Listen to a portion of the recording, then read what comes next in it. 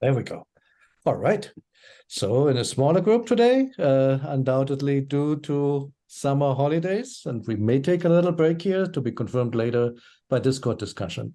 But yeah, for today still, as planned, chapter 8, prepositions. So it's all going to be about prepositions. And in the book, we just have a long list of prepositions. And I thought, what can we do with this? Because that's not really very interesting. So I thought I'd put a few general remarks on what stands out for prepositions in Egyptian and late Egyptian specifically.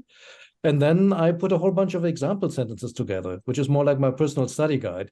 So I hope it doesn't have too many mistakes. It's work in progress. Just put the finishing touches to it before this call, like literally a couple of minutes before. So caveat emptor, but I hope it's useful.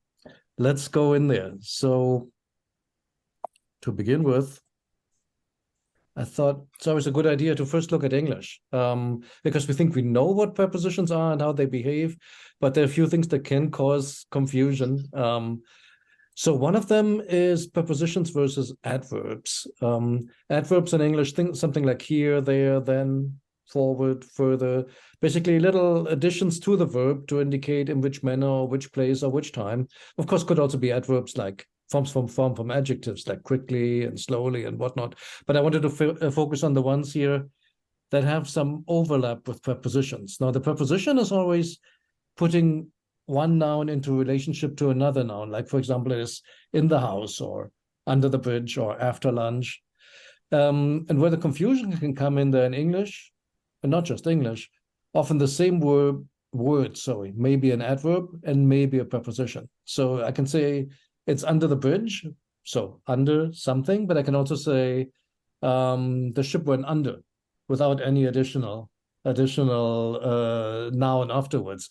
And the same thing for we're going in instead of in the house. Or I guess colloquially, I could even say let's talk after. I guess you would have to say afterwards normally, but what I'm basically trying to say is we often use the same word either functioning as an adverb or functioning as a preposition in front of something else. Over is another one. He went over. That would be the over would be adverbial here.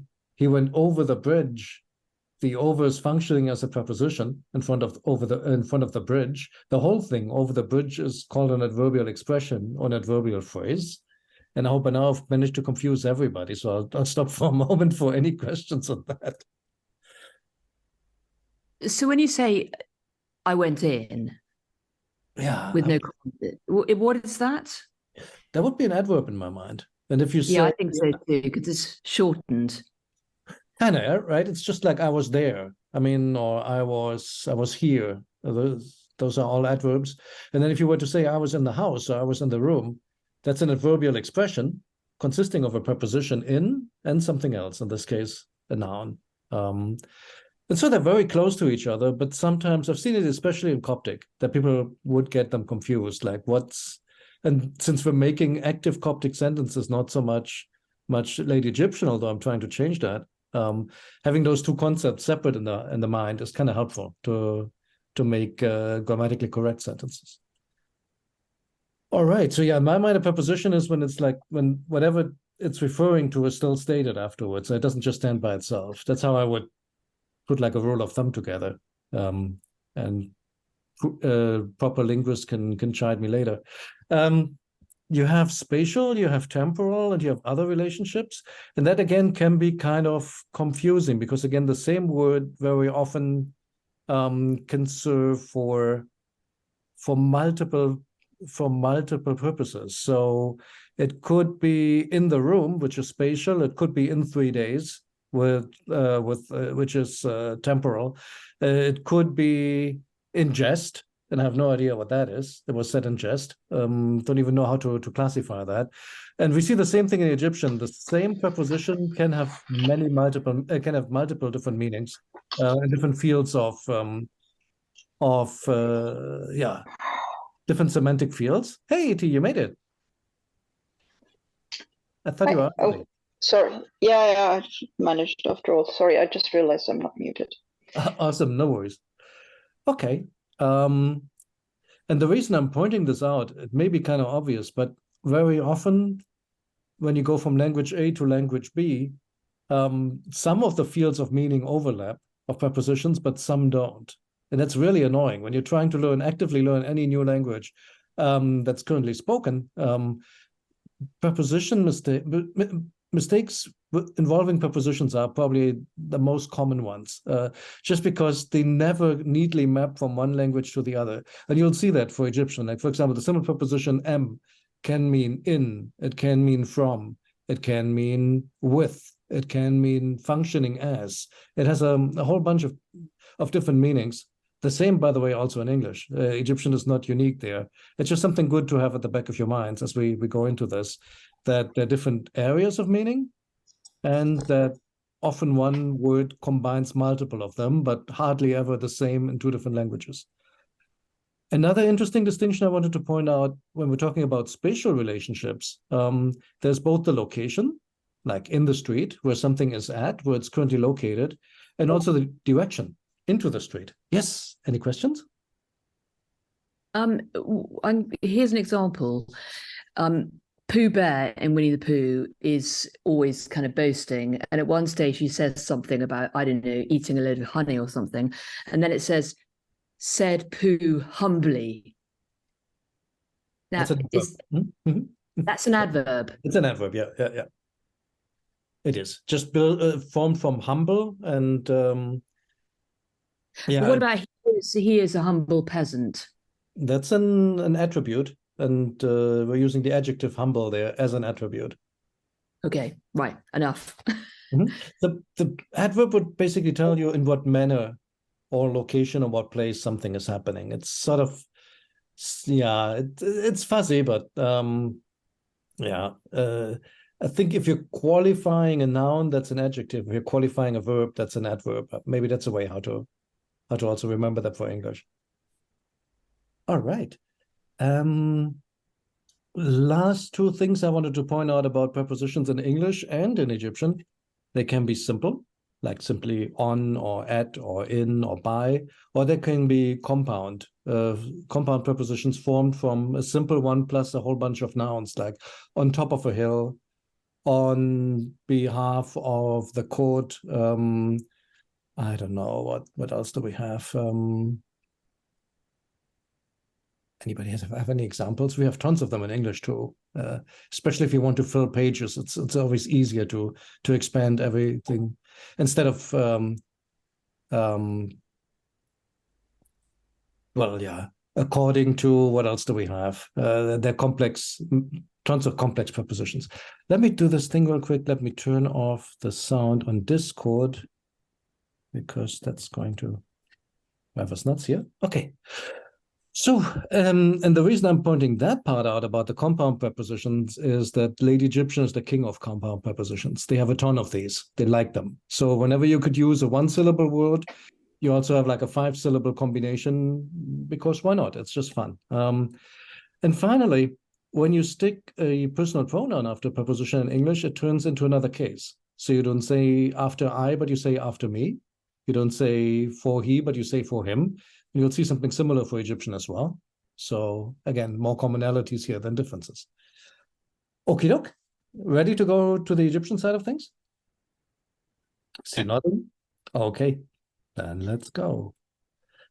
So first off, the really common Egyptian prepositions. And if you've studied Coptic, if you've learned Middle Egyptian, those are, of course, completely familiar. I still wanted to show them, though, in any case. These 5 are the most common ones from which a lot of other expressions are built. And they have multiple meanings. The fundamental meaning is in a specific location, not inside a box, but in the city, in the house, whatever it be. You can also use it for time words, like in the night, for example. It has the confusing property for English speakers that also means from. So not just the place where something is, but also the place from where an action takes its beginning. That's also a possibility.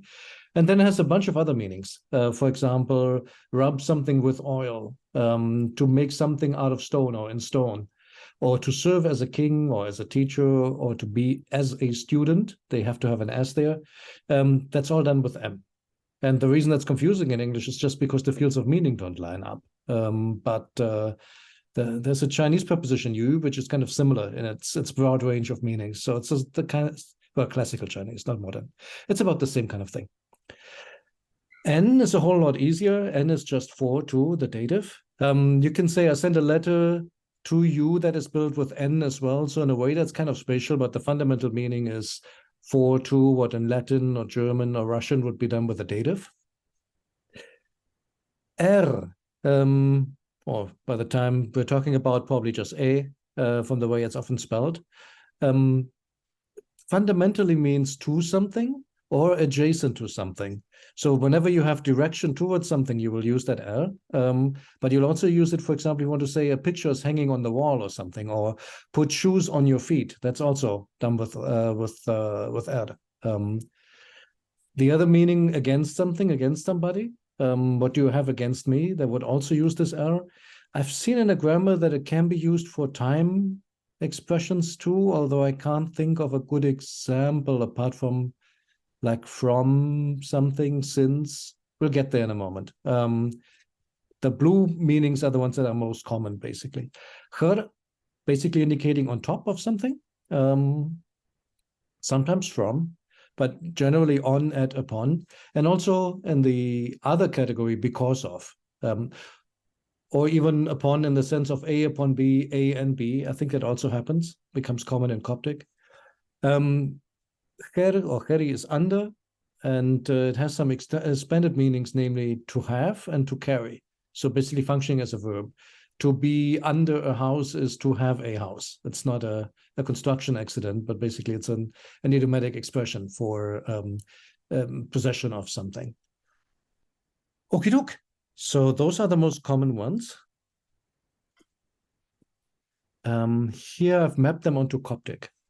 Now, what's interesting is in late Egyptian, the M of in and the N of to, they start to merge. And the distinction really becomes what kind of consonant comes after. If there's a B or a P after in Coptic, you pronounce them M, otherwise it's N. And this is already starting in late Egyptian. You can see that, for example, in Wernermun, very often you see an N where you would have expected an M from good old Middle Egyptian. So don't let that confuse you. These two prepositions are on their way to being merged. And if you see that in the text, depends on how classic, how conservative the orthography is. Do you spell more the way that it's like a there kind of thing again? Like, do you spell it properly or do you just spell it the way that you hear it? Also, M. Oh yeah, I should mention that. So all these simple prepositions have special forms before pronouns.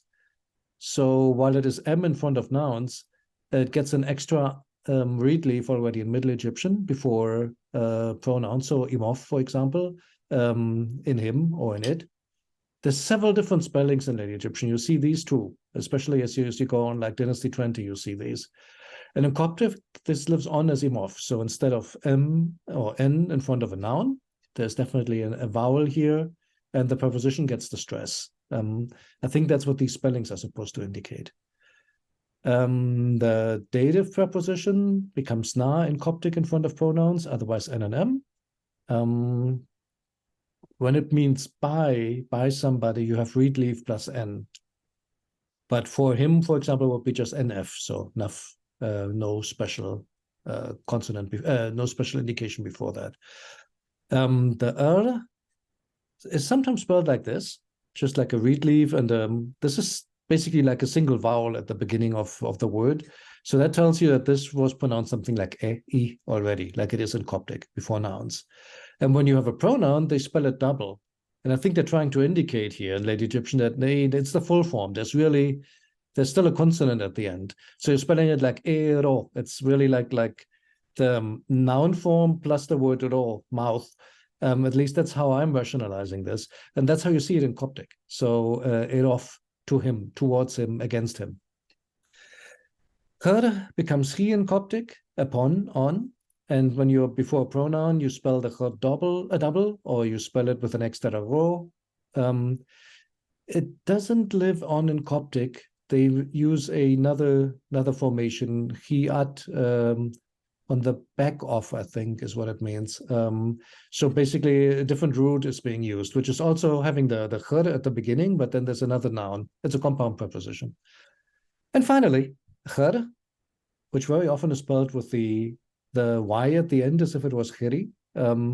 Coptic becomes kha, so the final R falls off like on all of them. Unless there is a pronoun after it, then it becomes kharof, kharok, etc., haron in Coptic, under him, under us, etc. Spelling, I think, doesn't change in this case for Late Egyptian. But so, yeah, something to be aware of when you see those weird forms. They're not really weird. It's just the way that Late Egyptian indicates that the pronominal form, or prepronominal form, I should say, is being pronounced differently than the nominal or the one before nouns. So far, so good? Yeah. Okay. A lot of material. That's why I'm speed talking. Question. Oh, okay, fine. I had No, a question on the page before. Is that the first page? No, the next page. Yes, this one. I think in my mind, I've always thought of it almost like a genitive. So in your other, like, is made of stone, in stone. You mean the N? Right? Yeah, the N, but also the M. So it says. Yeah, great point. So there's actually three words that get confused. I left one out. I didn't even think of the genitive, but you're right. You're having the old N reed leaf, ni, which used to be inflected. Ni, net, nu. Like for female, it used to have a T. For plural, it used to have a W. And then towards the end of the Middle Kingdom, those fall off and it just becomes N universally. And that becomes the genitive N in Coptic. And you're right, it's also a genitive N in Late Egyptian. And you're right, it looks just like the dative. I wasn't thinking of that, but it does look like it. Yeah, I mean, I just do it instinctively always, which is why I can never translate anything except when I can. Right. A related question is this error. Now, is this anything to do with Coptic ire, to make or to do or to act, or not? Not to my knowledge. Two completely separate words. Yeah. It's just yeah, I'm not aware of any Afroasiatic cognates or something of I'm not aware of another language that has that preposition, but it's there from the very beginning as a separate word, as opposed to ire and to ire, basically. So they just sound similar. The root of the word then is the mouth, the door, the opening in the Egyptian. Oh, is there any relationship to it all, to the mouth? I think it's probably also just coincidental, but you're spelling it with that glyph because it's pronounced the same way. I mean, almost the same way. So it's a very convenient. How do you spell prepositions? It's really hard, right? Because unless you make like little arrows or something, they're so abstract. So in this case, for you're just using the. I mean, if you were to spell the mouth, it would have to have the little determinative stroke here at the end, right? It would need to look like this. That would be the word mouth. And this is just the preposition. So in this case, you're just using it to spell them out. I don't think there's any etymological connection, though, for the roots themselves. That's what I'm trying to say. Although, who knows? I mean, before 3000 BCE, we cannot see anything. That's the earliest we have. It's only because I remember, Christian going on about these things. So what looked like small prepositions, often like by hand of, by means of, it ends up looking like hidden, but actually it's by hand of. And I just wonder whether that row had anything to do with it. It's a great point because we're going to get there right now, actually. So I call this my study notes. And that's just basically a list of example sentences and diagrams that I drew up that I'm just going to share with you guys. And like I said, it's probably the least well-prepared session so far. But yeah, in any case, I hope it's still useful. So here I was just trying to map out, because I always like to think about how do you actually use this language? Well, how do I say different things?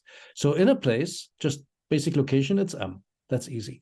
If you want to say something is on top of something, on top of the house, on top of the tree, on the tree, upon the waves, all of these, you could just use khur, or you can use a compound preposition. To your point, Rebecca, khadeb literally upon the head of something, but it just means on top or above. And then there's that's already there, Middle Egyptian. There's a late Egyptian innovation, I think, which is Khadjaja-en, means the same thing, upon the head of. It actually becomes, what does that become? I think that lives on in Coptic. I think Hijo, upon. Yeah, Hijen. That's what that is. That is actually Khadjaja-en. That's Hijen. So that's exactly what you were thinking of, and we'll see a lot of them in the next pages. The opposite under is just Kheri or Kher. I can never decide if I want to pronounce the Y here or not, because it's not there in Coptic. It's there in the adverb echrai. Let's just stay with whatever Neveu has. Here's Kher. Now, more interesting when we come to in front, it's Khat. Khat or Khe in Coptic is basically the front. So it literally means in the front, written with the front part of a line. The opposite is Emsa at the back. There's a bunch of other options. There's also one that's written with like the buttocks, essentially, in the butt part, but it really means just at the back. True for all of them. I just kept Emsa here because maybe it's the most common, but they all can mean behind.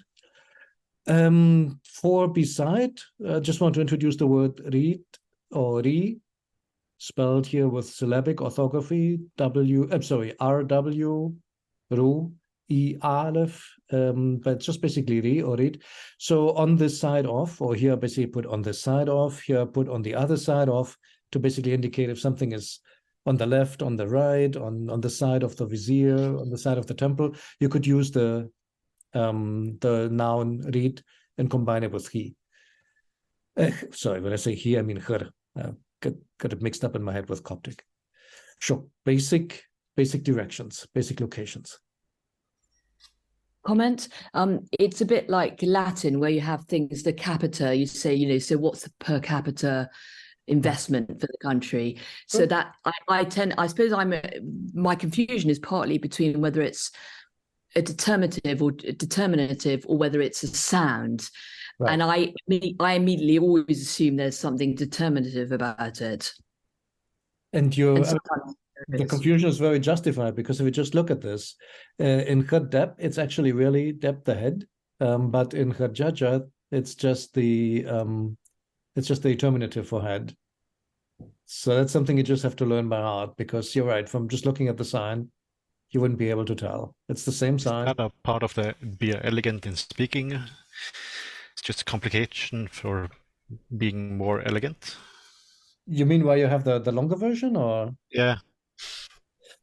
I mean, one thing I've noticed, we're doing that in English a lot when we're trying to sound more formal. On the other hand, there's also another, like whenever you have a legal writ, any word that can be replaced by a polysyllabic word, you will put something longer and a bit more pretentious sounding. On the other hand, there's also a tendency in language where you take more complex expressions and substitute older ones for them. And now, of course, I can't think of an example, but what would be a good one? God be with you. Goodbye. Yeah, that's sort of like where the whole thing then fuses and becomes, you basically can't recognize what it was anymore. That's a good point. I was more thinking like, instead of saying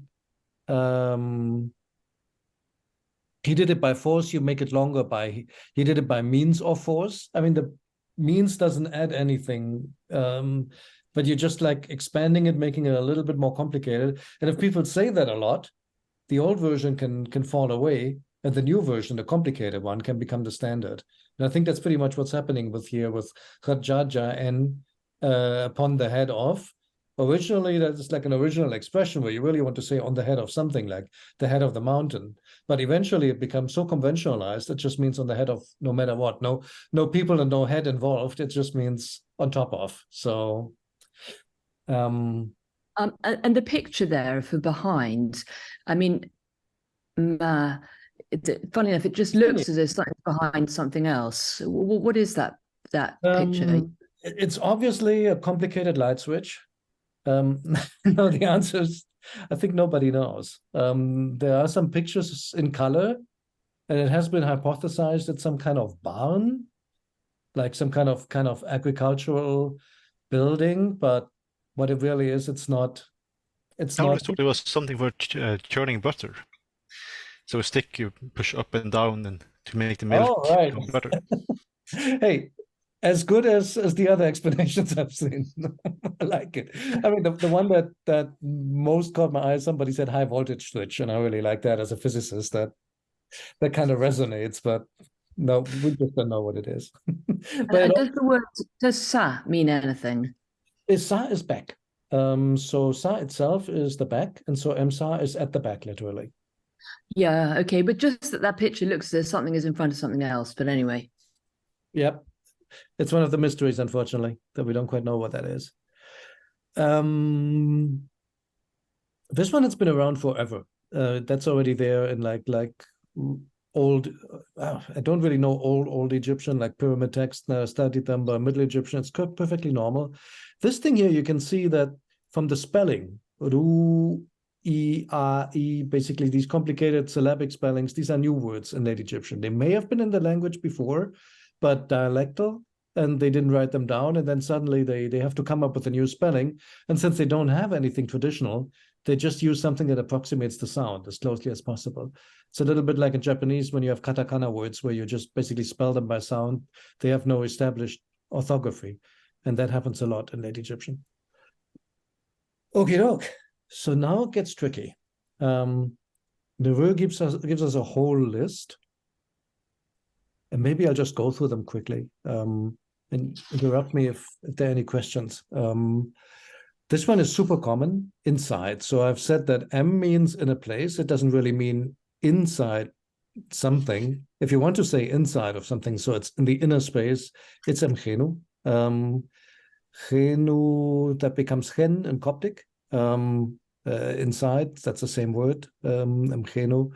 So for example here, cher paif ahati, upon his bed, chenu in peref, inside his house. I apologize, I didn't always put the transcriptions. I tried to, but sometimes I ran out of space. But basically, so chenu in peref, inside his house, on the inside of his house. Chenu originally means the inner part. Normally not discussed in preposition lists, and I don't know why. If I know how to say inside, I want to know how to say outside as well. There's this new word in late Egyptian, bol or bel, spelled benner in syllabic or in group writing. I've seen it in several texts as en benner or en bol, not the Coptic e bol. That would be r plus benner, but n plus benner for outside of something, like en benner. Titan said, outside of your place. That's in a letter where basically the writer instructs his crew where they should leave things, namely blah, blah, blah, in that location outside of your place. And they use that. So I would say that's the equivalent of inside, but that's my own list here. In the middle of something, khariib. So that can be spelled in a very abbreviated fashion, like we're doing here. Ib, of course, is the heart. So literally in upon the heart or in the center or in the middle. Like for example here from that's the peace treaty with Khati, I think, with the Hittites. Khariib and by how's that pronounced? An, simply An and Hat. In the middle of this silver tablet. An is tablet. Normally, I think you spell it with wood, but this is one made out of silver, so it gets something extra. So An and Khat, the tablet of silver, in the middle of the tablet of silver. This tablet of silver, I should say.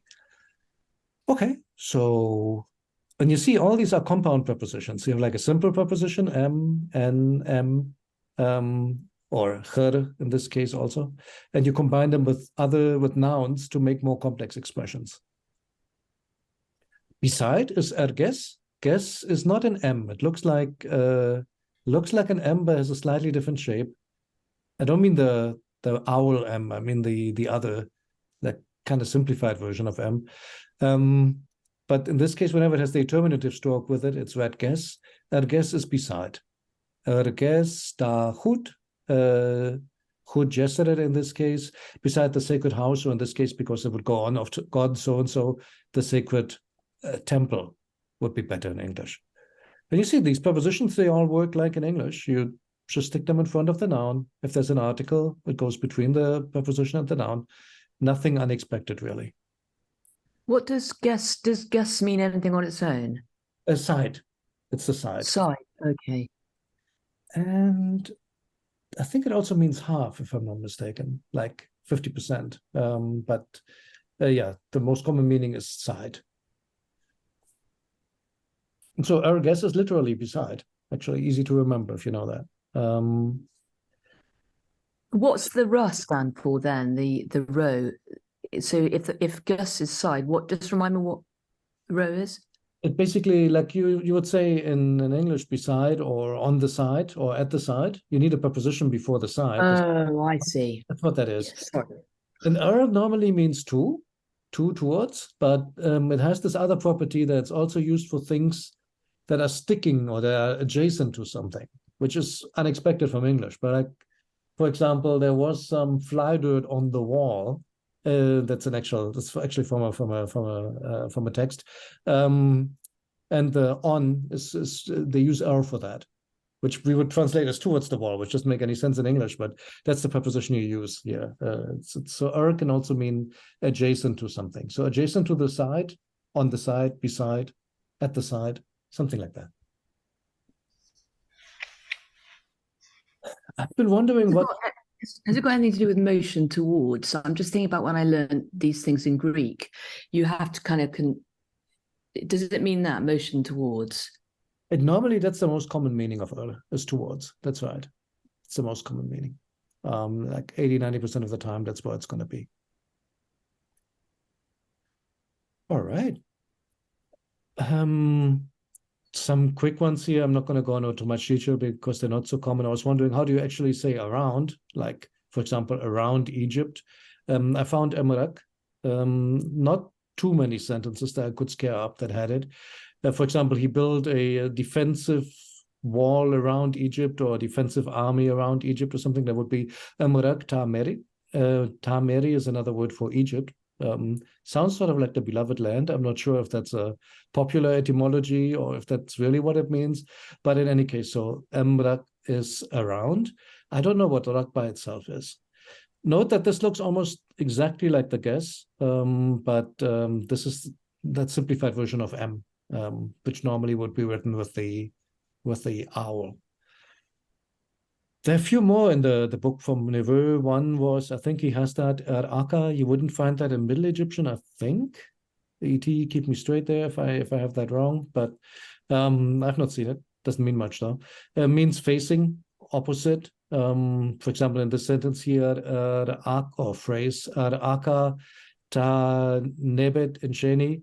Somebody's looking at a lock of hair they found. It's a fairy tale they found in a river, and it's sweet smelling because, of course, it's from this very beautiful person. In any case, the Aka here is facing or opposite. I don't know what Aka means by itself.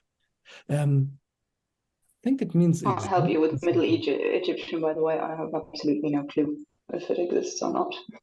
Say that again.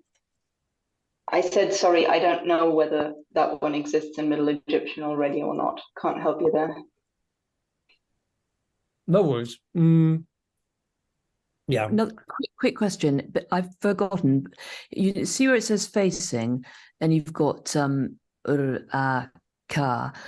Why are those two strokes there? Those Easier. look like that. Yes. I have absolutely no idea. I mean, you find them in, for example, the word for foreign lands. But why they're in the word Aka, I honestly don't know. Do you get them in Middle Egyptian or anything? Would have to look now what the origin of that word is, honestly. Generally, they do exist, yes. They do exist. Yeah. Oops. Would you know how to write one? Let's have a look. Aka. An example with those, no. Adjacent. Oh, adjective. Oh, it's interesting. It really means exact. That was the word I was thinking of because I've seen it before in the expression exactly the same without the er. But why that would have those two thingies in there, I am not certain. Oh, it's interesting because you see, as a beginner, I spent hours trying to work out what that sound is. And I thought I was completely stupid, but now I know that it's nothing I need to know about. And indeed it is. I mean, especially as a beginner, and I'm glad you're pointing that out. What you really want to have down is the phonetic signs, which are always the front part of the word. If you have those, you can always look the word up in a dictionary. You can see how it's being used. And what they stick on at the end is helpful to, if they're like multiple choices, like for example, between exact and the fisherman's ship here, you can tell which of the two it is by the determinative, because the fisherman's boat has a little boat at the end, and the word exact would have the book roll because it's something abstract. It's an abstract expression.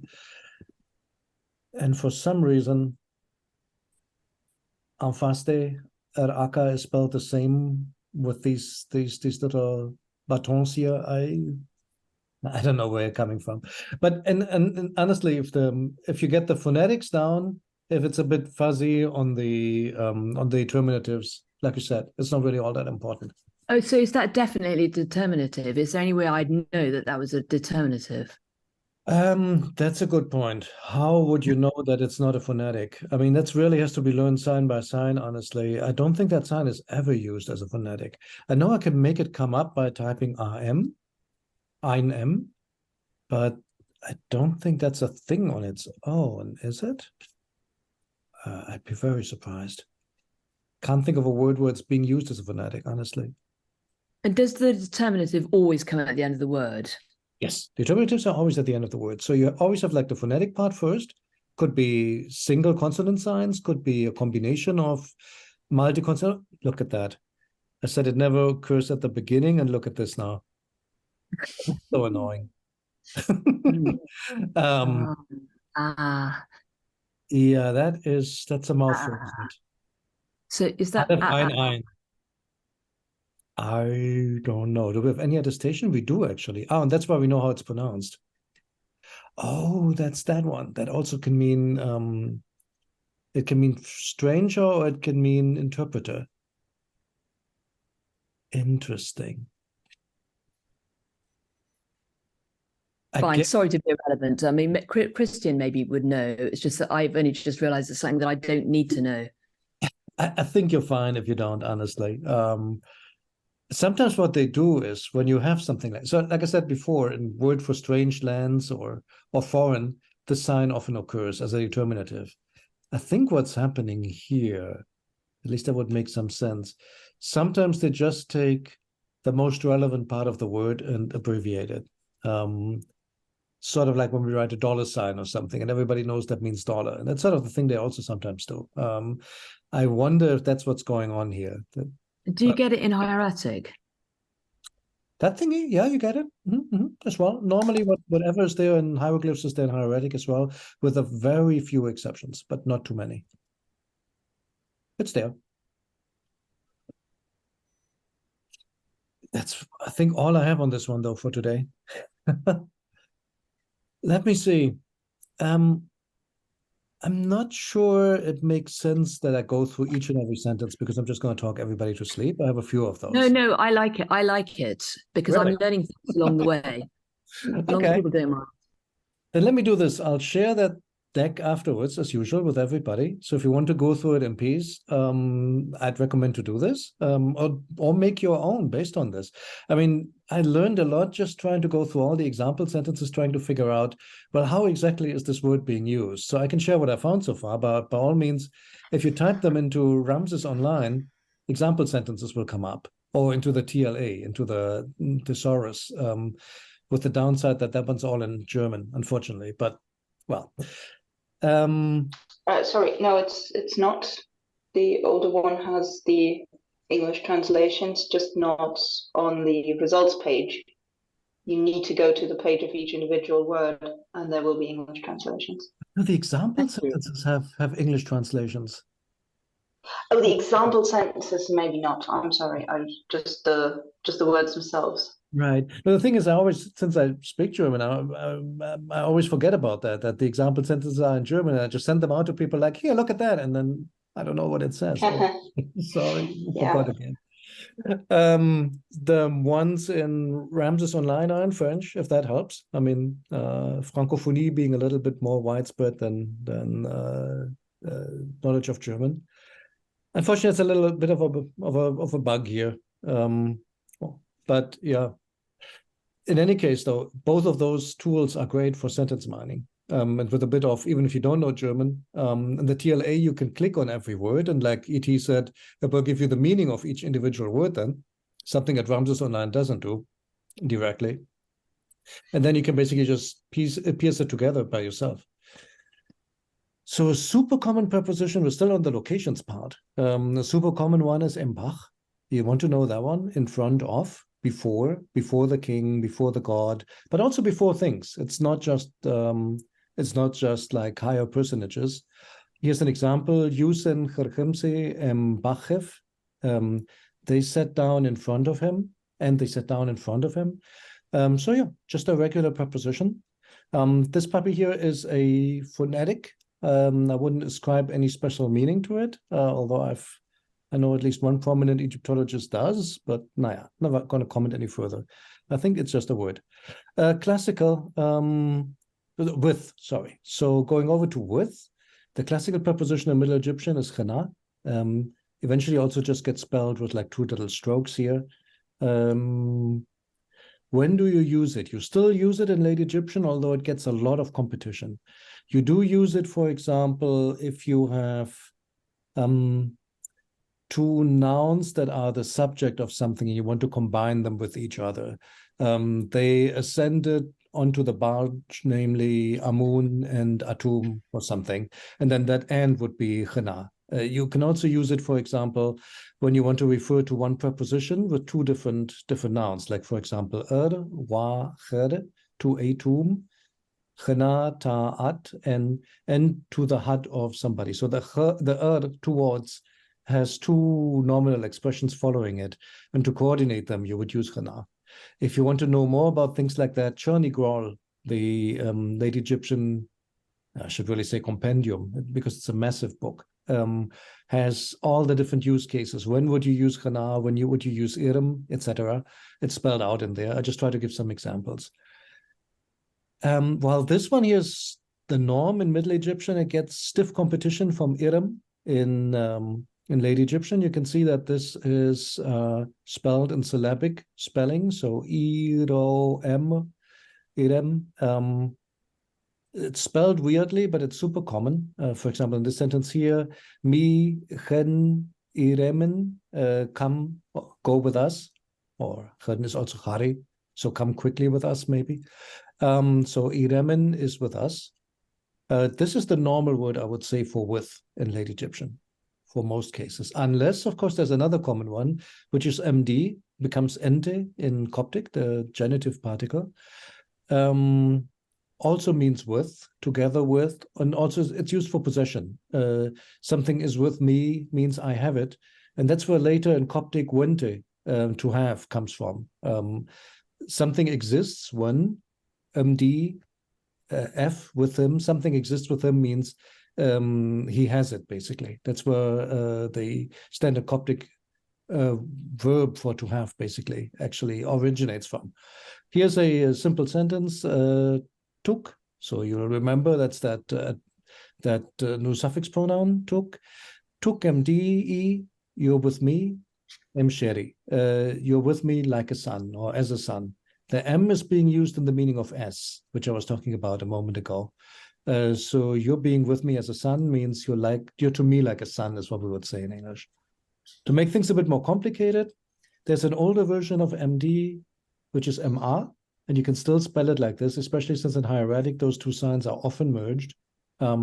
There's another expression, MJer, which gets mixed with this one because the jer has lost its R at this point in time, and so they both sound like MD, so you can find both orthographies.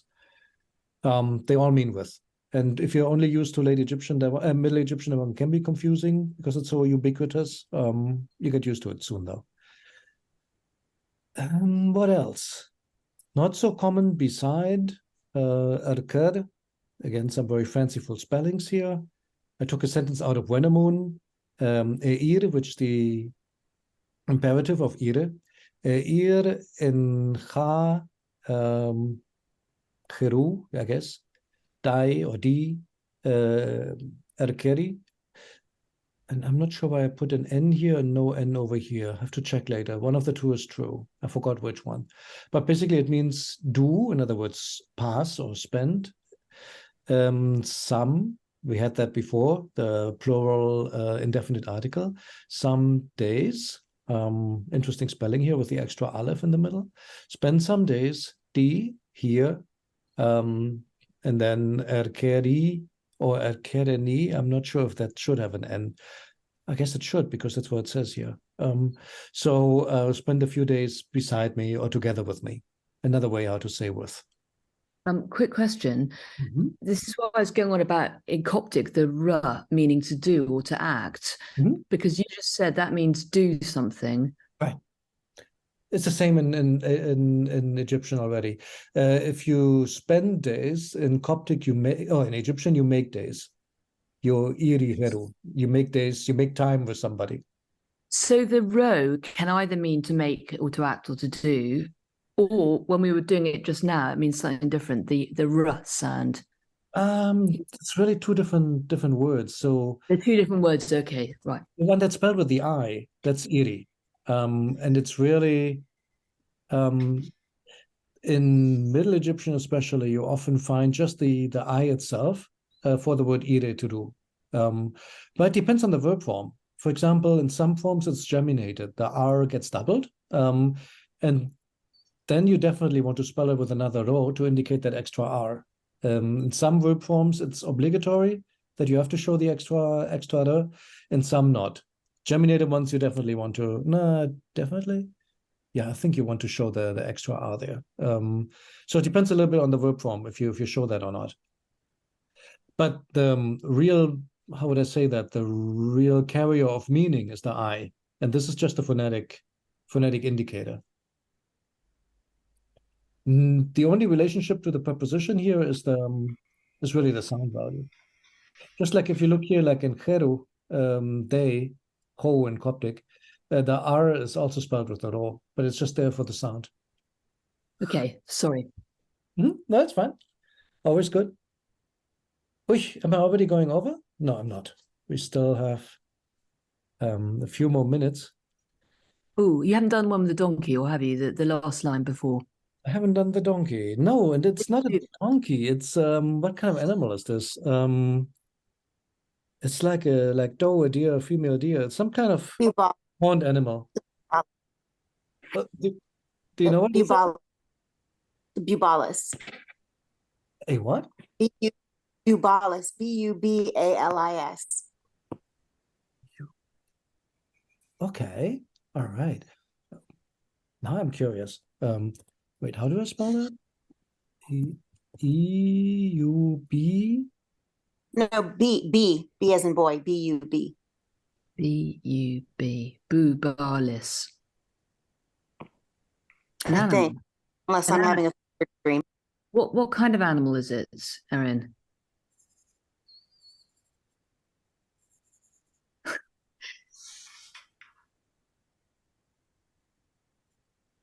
I wonder if she can write it in the chats, because I'm Good, actually, you're right. yeah. So I was just curious. So you think it's some kind of deer, and she thinks it's a bubalis, whatever that is. I just know it's not a donkey because donkeys look very different. They really look. Sorry, it was Bubalus. It kind of looks like it's some kind of cow. It's a type of cow. All right. Oh, okay, interesting. I had no idea. The sound value it always has is reed, leaf, and W, EU. And so Eryud, which is still around in Coptic, something like Eude, I think, if I'm not mistaken. It basically means between. Was it Ute? No, in any case. So for example, Chatep Nefer Eryuten Erinech, perfect peace between us forever. Yeah. So this one basically means between. Looking at the clock, I would say, why don't I send you this And if we decide to go on a break, well, let me know by chat what we want to do. I can send some example sentences out if you want to practice that, or I'm open completely to suggestions how we want to go about that. The next one is very similar. Next one has adverbs. So I think when we resume, what we could do is just, I don't know. Let's discuss in Discord how we want to do it. What the most efficient way is. I don't want to be the one talking the whole session, but when we have like a list like this, that seems to be the only format that seems possible. So let's see how we do that going forward. Then from the next chapter onwards, so there's adverbs and there's exclamations. Maybe we can combine them into one. And then we're going like in medias res into the verb. And I think from then onwards, it's going to be back to the earlier format where we have sentences and exercises and whatnot. All right.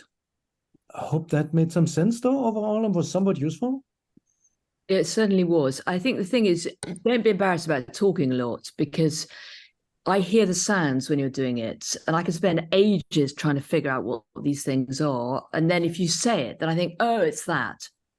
Okay, that's great. So for me, as a much more beginner than anyone else, you just reading it is helpful. Okay, all right. But I'm glad you found it useful. Any more comments? Or otherwise, I close it for today and head over to our Sumerian friends. Yeah, all good. Thanks for that, and have a good week. Yeah, thank you. Thanks, guys, and enjoy the summer. Bye-bye. Bye.